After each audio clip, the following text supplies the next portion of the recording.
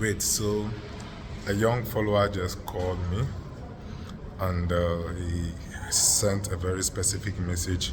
He's studying civil engineering as well, and then he would like to get to know me to understand how I navigated. I don't think he's still studying because he said he started studying civil engineering when I left school.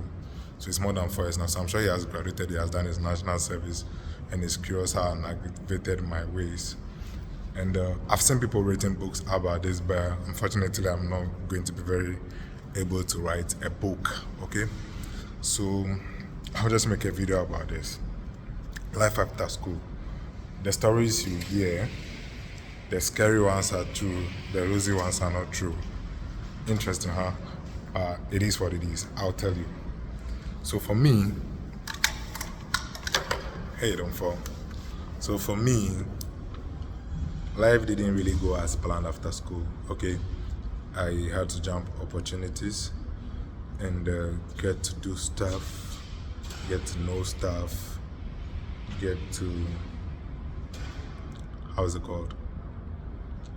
I was taking it a step at a time. Okay, so I remember I did pretty well in school. I was not a first class student.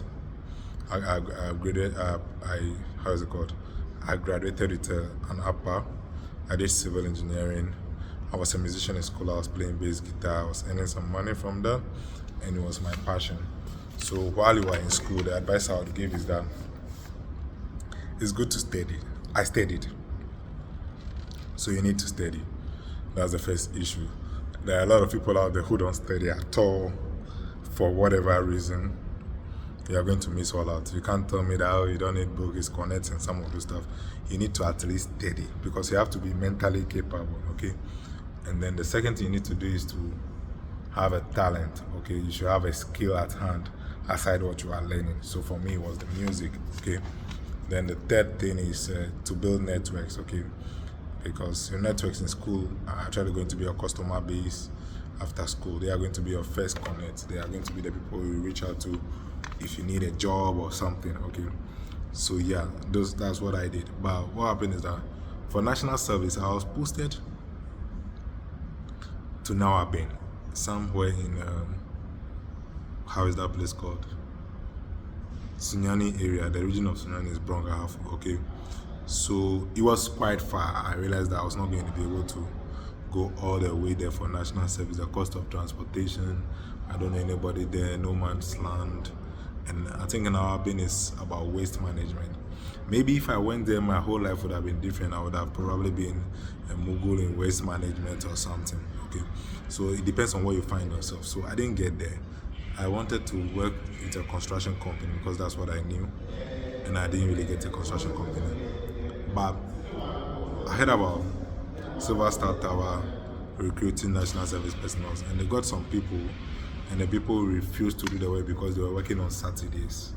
And I didn't have a problem working on Saturdays, so I took up that job, and that's one of the biggest decisions I've made in my life because I didn't even really know about real estate. All I knew about was construction. Okay, I thought it's contractors and the like, so I came to do real estate at Silver Star Tower. That really enlightened me to a lot of opportunities and dynamics and of things, okay? And one thing that I would recommend is that if you find yourself, whatever you do your national service, you should learn so hard, work so hard, prove a point, so that at least you could be retained, especially when you like the place.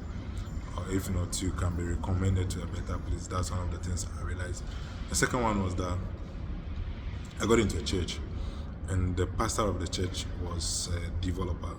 He's a civil engineering developer. So this guy is living my dream. Okay, he's maybe 10, 15 years ahead of me, and he was living just the dream. Like, I would have loved to be a successful civil engineer, okay, and all the wonderful stuff. So yeah, then we wanted to work for a good or a big government company, maybe work for a big construction company or work at highways or ministries or something. But I met him, and then he was very successful, and he had really mentored me. So he also exposed me to a lot of metrics in the space of engineering and entrepreneurship and business and real estate. So what I'll say is that your first job, okay, after school, is to learn. So if you are the Odogu wherever, I hope you understand what Odogu means. If you are the champion wherever you find your place, you are in the wrong place. There should be someone to learn from. That's where the issue is when people are being celebrated for being an entrepreneur and stuff like that. I hope they are learning from somewhere else.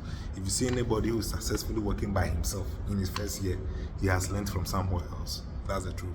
Okay, so for me, I got a chance to learn. I'm telling you that if you see anybody else doing without learning, they have already learned. So I got the chance to learn from two of the biggest real estate developers in the country. That was the breakthrough for me.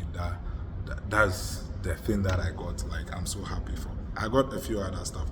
I got stuff like free accommodation during my national service from my mentor. And after that, when I got retained for a job, I got stuff. Okay. But I remembered 5 years ago, my employer asked me, he said, Vigolo, what would you want to be in 10 years, the next 10 years? And I told him, I want to be one of the most renowned engineering professionals in the country and one of the most renowned real estate developers in the country. So he told me that as for professionals, you can hire. So that comment really changed my mind. My other mentor also told me that, Vigolo, if you are a senior engineer at Highways, they will give you a 2-bedroom house and a pickup and $1,000 a month. And that's it. So those two things were like, it's like you are capped. Okay, that's easy. That's the easy stuff. The dream that we had, they saw it to be easy. So what's the difficult stuff? Or what's the better stuff? The better stuff is to build an empire.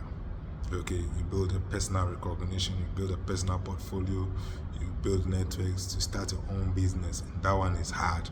And that one takes time. And that one can be really distressing. Okay, so it's not very easy to start. But the first part is to start from work, prove your point, work to please your boss, sort of not like the kissers please your boss stuff, but the performer please your boss stuff. If there is something that has to be done, that anybody says it cannot be done, that people say it cannot be done, I do it, no matter what. As for that one, I think it's something I've picked up since my young days. It's probably the reason why I like maths, because when people find things challenging, that's the way to get paid. Okay, like the most challenging tasks come with the greatest rewards. I always tell people. So if you get to the office and there is a very challenging task, know that the reward there is great. Okay, so I started leaning towards those kind of stuff. That's what I would always do. That's what I'll lean towards. So I got promoted really fast. I worked as an assistant for 2 years. Then COVID came. Then on my CV, I wrote that I'm a civil engineer, I'm a YouTuber. So I said we can sell on YouTube. So I did some YouTube connects. I spoke to Odemaya, of course, Jessica, and a few of other people. Then it sold. So I was promoted to digital marketing manager. After 2 years, I sold really well, and then I was promoted to estate manager. So you have to be looking out for opportunities when you are doing this stuff, and that really helps. Okay, so that's what I did. So it's simple. You build networks, look out for opportunities, you perform the most difficult tasks. Okay, you have to have great integrity. Your boss should be able to trust you. They should be able to leave things in your hands. You should be able to deliver whether they are monitoring or not. You know, Ghanaians, when the boss travels, the work stops and stuff like that. You can't do that. You have to be the call to or the go back to person anytime there is a challenge. So that's what I did. And they were very open to me about information on how to manage your life, investment opportunities, how to start a business. They encouraged me, they were positive about it. Okay, I've been really blessed. Those two people really changed my life, or maybe three, depending on how you look at it.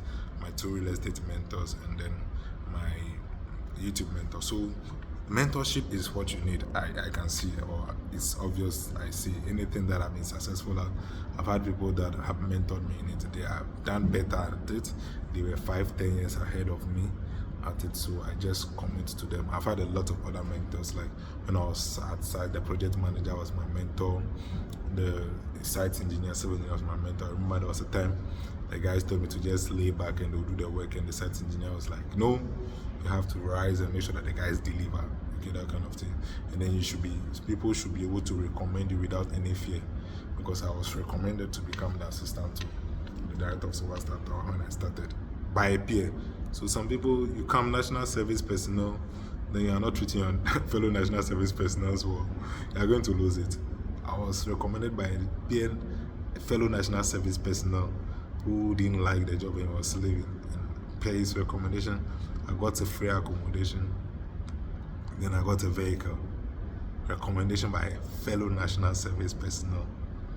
Okay, that's the breakthrough for me. Okay, and I got a lot of goodies. So maybe because of my talent in music and my time spent in church and with God, I got some good privileges at the church, and then I started chancing up on opportunities in YouTube. So the things I do on YouTube, we didn't have it planned. Okay, that's another thing that I've learned, that if I wanted to go strictly by what I planned for myself, I would have missed out a lot of opportunities. I actually have missed a lot of opportunities because some of the opportunities that came my way were not things that I planned for. When I started getting exposed into the expat community, okay, and their needs, it was weird. Okay, I didn't know that people would want a house that light doesn't go off, water doesn't go off, and stuff like that. Because those things were natural to us in Ghana, but there are people who need them, okay, and their needs are different, and there are people who have products for them. Their products are different, okay. When we start, especially in real estate, people are like, the land is 2,000 in my hometown, why is it 100,000 in Accra? Fine, you can buy it in your hometown, but there are business decisions behind the reason why those lands are being sold at those prices, and why there are people who are buying it. Okay, so when you begin to know this, your thinking changes. Okay, so in every industry, you don't have to be a civil engineer to understand this stuff. Wherever you find yourself, watch the way the seniors do their things. You realize that the things that the seniors prioritize, the juniors made mockery of them. And I tell people, I'll give you a classical example. Someone complained about my attending the church where they contribute in dollars, and I told the person that they are contributing in dollars and people are paying. Those people have dollars, the dollars that I don't have, and I should say they are idiots. I cannot do that. Like, they have it, and I think they are not spending it well. You get it? No, it shouldn't be. I don't even have it. You get it? You cannot tell the rich man a better way to spend his money. He knows how to make money. You get it? So I quickly joined those people so that I can think like they think. And when I joined them, I realized that, yeah, their space is really different. The way they look at things, the way they even look at money is different. Some of us can not just wait for money. Some of us are just waiting for money to touch our hands so that we can buy the latest iPhone, the latest vehicle. Well, look at me. I don't even have a car. Yeah, I've never bought a car. I hardly buy a phone. So I actually took a loan to buy the phone I'm using, and it's a Samsung. If I make money by myself, I don't buy liabilities. I never have money. I'm always broke. You understand? But I have two companies. Broke with two companies, each of them making good money by the end of the year. You get it? That's how rich people begin to think. So you begin to think assets. You begin to think assets. Assets can start from as simple things as knowledge, okay, to landed properties, to companies, to followers. Followers can be a very, very good asset, okay. So you begin to lean towards the needful. You have to lean towards the needful. You have to optimize your life. You have to take risks. You have to take challenges. You don't waste your evenings. I tell people that I leave from 6 to midnight. Don't waste your evenings. You wake up early. Don't stay too far from home. It's bad because it's too much time in traffic. You would lose 1 hour, 2 hours per day. You are always, it's when you lose 2 hours per day, you are losing 10% of your life in traffic. Unless you are not really driving and you can be doing some productive stuff on your phone, maybe reading or at least answering WhatsApp messages and stuff. But if you stay so far from the office place and you spend so much time in traffic, you think you are saving money, but you are losing your life. Okay, it's one of the things. And don't be too much in a haste to upgrade your life, like to change cars or to buy fancy phones, fancy watch, fancy dress. Depending on how much you are making, some things may no longer even seem fancy because it'll be easy for you to afford. But if I ever have something that is fancy, it's because I needed it for the marketing work that I do, so that I can fit into some spaces, sort of. And if I ever have to fit into a space, I am in that space to make money. Some people fit in spaces to just manage their ego. No, no, no, no, no. I hope you understand. Like, I don't fit to a space to drink and feel high, or date a fair girl with big nails. No, no, no, no, no. If I'm ever with any of these things, there is a financial reason. It's so bad all the way to relationships and friendships and everything. There has to be a monetized element in it. If I cannot find the monetary value, if I'm losing money even, I can't help you. It will not be long before I have to let it slide. It's a decision people make, okay? So when you do this, you realize that personal value really goes up, it shoots up. Personal development, you're always studying, reading. If you can take courses, read a master's, fantastic. I don't have a master's, but I know I've read. I'm really informed, okay? I've watched videos. I've not really read. I've watched videos. So you watch videos, okay? It's becoming a very long conversation. So tell me in the comments if you agree with this. Great. If you don't, let us know your disagreements. Let us trash it out. If you think people need to watch this, share it with them. Like, comment, share this video so that young graduates can actually learn from this and they're like, okay, but it is what it is, and I'm glad I've been able to speed it up. Maybe some other time I can tell some more about it. Yeah, I'm just saying this off air as it is. I've had some really interesting experiences, and one other thing is that my big days were not planned. They just came out of nowhere. Some of them were not planned. Some of them were probably annoying when they were turning up. I'm glad I met them. Okay, so yeah, see you in the next one.